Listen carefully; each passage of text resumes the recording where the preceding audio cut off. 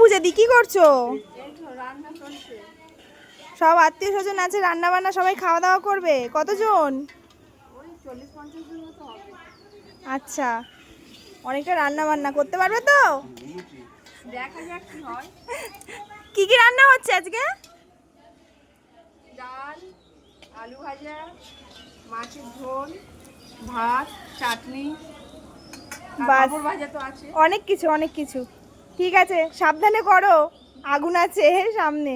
আর এই যে এখানে চালটা ভিজানো আছে। এটা কি ভাত হবে তাই তো? হ্যাঁ। আচ্ছা, মাছের আলু ভাজা চলছে, মাছের ঝোল হবে। ঠিক আছে, আশা করি খুব ভালোই হবে। এমনি তো তুমি ভালো করোই। ঠিক আছে, দেখা যাক আজকে কি হয়। না না, ভালোই হবে। তো রান্না দেখছি। সবাই দাঁড়িয়ে রান্না দেখছি, আর ঘরের ভেতর অনেক লোকজন, দেখা যাচ্ছে না। যদি বাইরে বসে বসে একা রান্না করছে।